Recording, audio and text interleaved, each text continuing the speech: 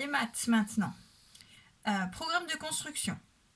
Trace le segment EF de 8 cm. Alors, hop, c'est parti. EF,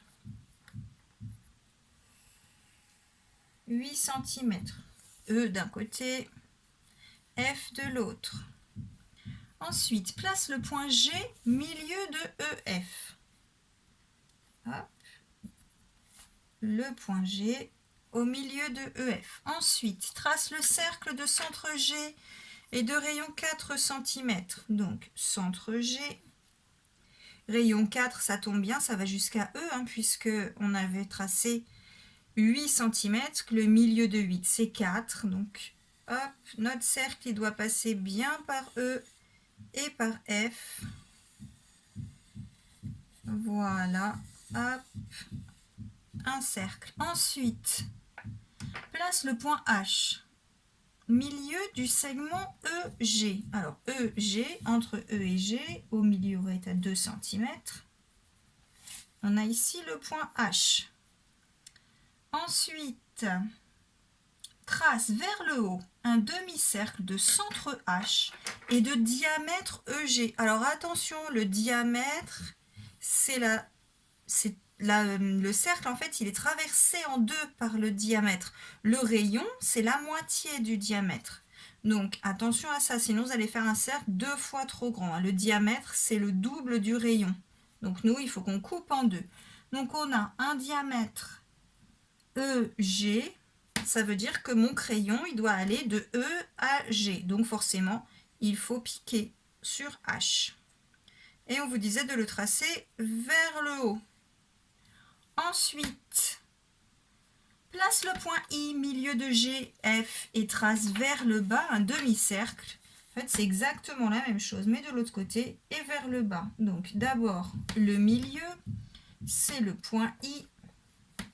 Et ensuite, donc, je pique en I et je trace le demi-cercle vers le bas de G à F. Si vous n'avez pas refermé votre compas, c'est le même écartement.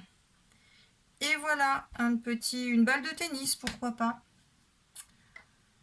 Ensuite, le nombre du jour. Alors, le nombre d'aujourd'hui est 525 314 104. Donc, je l'écris en chiffres.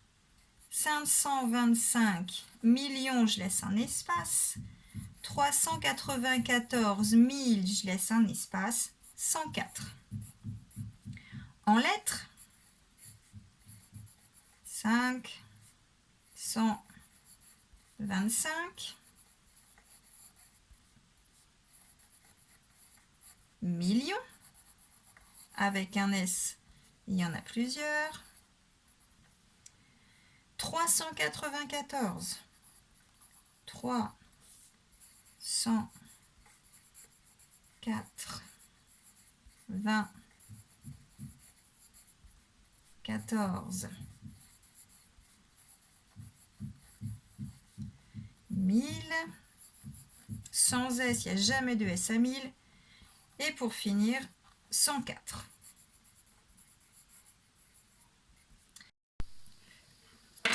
Alors, décomposition.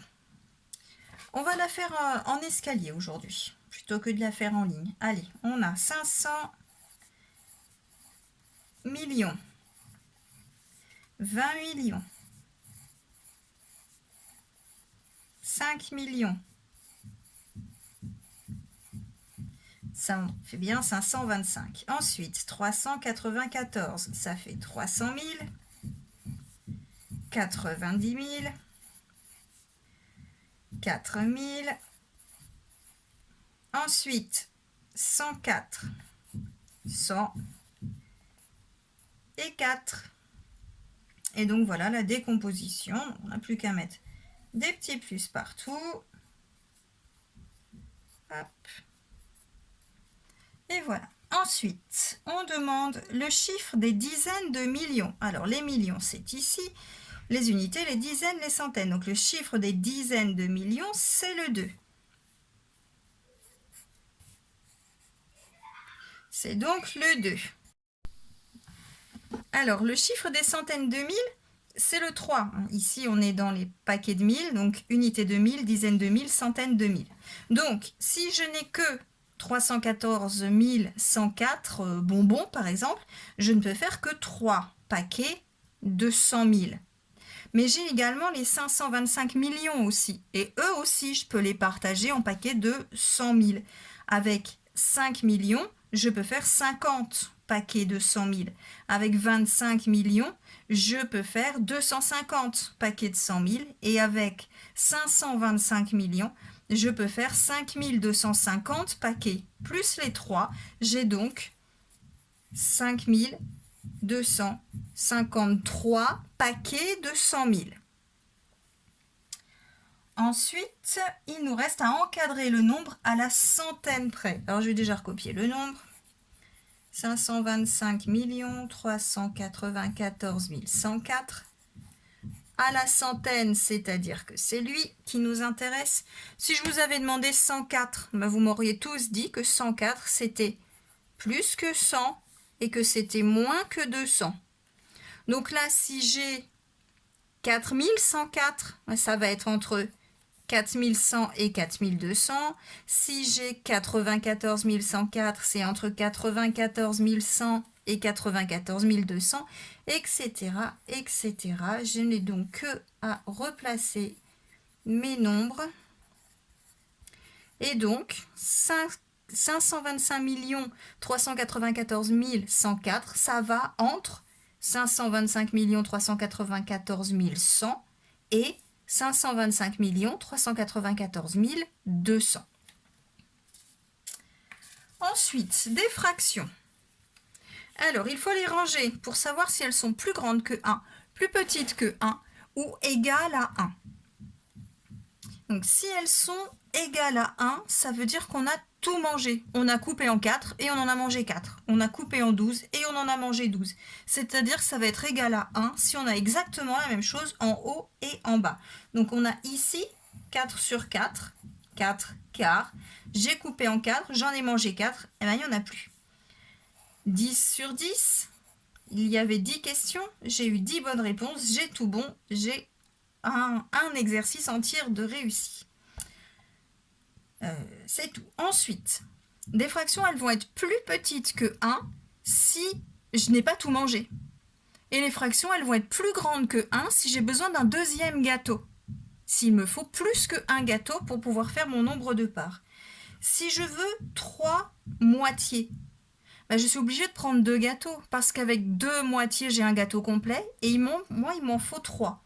Donc 3 demi, c'est plus grand que 1. Ensuite, 14 sur 10. Ça veut dire que j'ai un gâteau, je l'ai coupé en 10. Ben, j'ai que 10 parts. Si je veux 14 parts, il faut que je prenne un deuxième gâteau. Je le coupe en 10 aussi et je prendrai 4 parts. Donc 14 sur 10, c'est plus grand que 1. Donc on a mis lui et on a mis lui.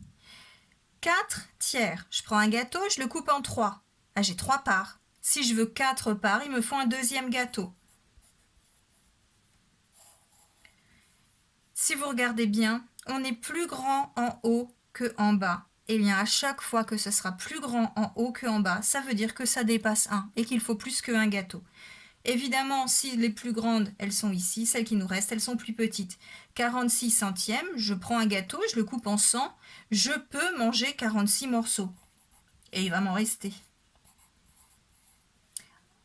1 sur 3, 1 tiers, je coupe en 3, j'en prends 1, je n'ai pas tout pris, il en reste.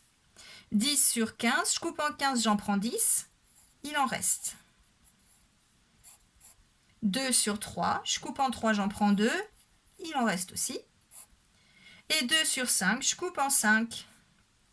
Je vais mettre là. 2 sur 5, je coupe en 5, j'en prends 2, il m'en reste également. Ensuite, les opérations. Alors, 105 632. Pour le deuxième terme, je vais commencer en marche arrière. 9, 6, 1, 0, 6, 5, 7, 8. et 6, 8, 5, 1. Comme ça, je suis sûre qu'elle est posée bien alignée, sinon je vais me décaler. Et c'est parti. 6 et 2, 8 et 9, 17. 3 et 1, 4 et 6, 10, 18. 6 et 1, 7 et 1, 8, 13. 5 et 1, 6 et 1, 7. 6 tout seul. 6, 7, 8. Ce nombre va se lire 87 667 387. La soustraction. 6, 5, 8, 9, 2, 5, 6, moins 6, 5, 8, 5, 9, 6 et 0.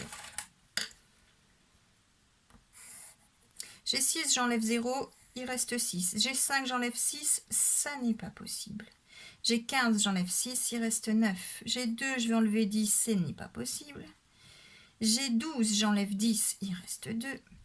9, j'enlève 6, il reste 3. 8, j'enlève 8, il reste rien. 5, il reste rien. 6, il reste rien. Je vérifie. 6 plus 0, 6. 9 plus 6, 15. 2 plus 10, 12. 3 plus 6, 9. Oui, c'est bon. 8 plus 0, 8. 0 plus 5, 5. 0 plus 6, 6. Le résultat est juste. Ensuite, 8654 multiplié par 530. Alors déjà, multiplié par 530, c'est pareil que multiplié par 53, trouver la réponse et ensuite multiplier par 10. Donc le 0, pour le moment, je m'en occupe pas. 3 x 4, 12. Je pose 2, je garde 1. 3 x 5, 15 et 1, 16. Je garde 1.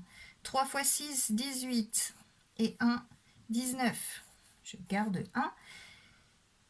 3 x 8, 24 et 1, 25. Hop. 5 x 4, 20. 5 x 5, 25. Oui, je garde 2. 5 x 5, 25 et 2, 27. Je garde 2. 6 x 5, 30 et 2, 32. Je garde 3. 8 x 5, 40 et 3, 43. Alors, si vous avez fait une ligne de 0 tout en haut, vous devez avoir ici un 0 et ici un 0. Mais vous allez voir à la fin que l'on va trouver exactement le même résultat. 2 plus 0, 0. 6 plus 0, 6. 9 plus 7, 16. Hop, petite retenue. 6, 5 et 1, 6. Et 2, 8.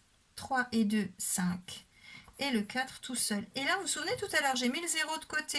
Ben, en fait, je remultiplie tout par 10. Et donc, mon résultat est donc 4 586 600. Alors, si vous aviez mis ici un 0 et ici un 0, ben vous avez un 0 ici. De toute façon, ça ne change rien, heureusement. La division pour finir. 81 256 divisé par 6.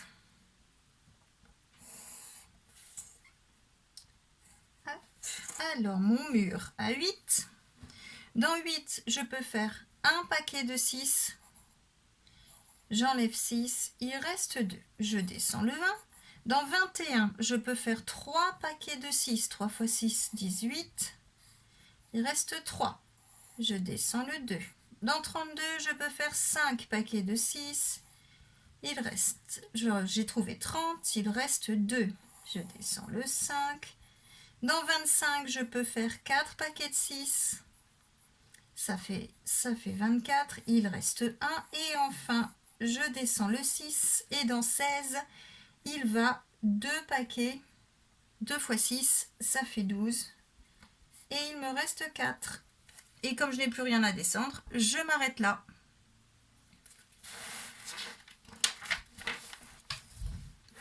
Le petit problème. Mathieu a une magnifique collection de 263 timbres. Il les a rangés dans un classeur qui peut contenir 8 timbres par page. Combien a-t-il rempli de pages entières? C'est-à-dire, Mathieu, il a son classeur comme ça, et là, il a 8 timbres. Évidemment, il n'a pas qu'une seule page, il a plein de pages. Et au total, il a rangé 263 timbres. Donc, je veux savoir combien de fois 8, c'est-à-dire combien de timbres, combien de pages de 8 j'ai pu remplir avec 263. Je vais donc chercher dans 263, j'ai combien de fois 8, combien de pages de 8 timbres je peux faire. Et attention, on vous demande les pages entières, donc il faudra regarder que les pages entières et pas s'occuper du reste. Eh bien, je vais la poser, cette petite division. 263, hop, divisé par 8. Je place mon mur à 26. 26 dans la table de 8, le plus proche, c'est 24. Il y va, c'est 3 fois. Il nous reste 2. Je baisse le 3, je cherche 23. Il n'y va que 2 fois. 2 fois 8, 16. Et là, il me reste de 16 pour aller à 23. Il me reste 7. J'ai donc 32 pages entières et 7 timbres sur la dernière page. Donc la réponse à la question, c'était combien a-t-il rempli de pages entières? Donc le nombre de pages entières, c'est 32. Donc il a rempli 32 pages entières. Et il reste 7 timbres sur la dernière. Donc il reste une petite place sur sa dernière page. Et voilà!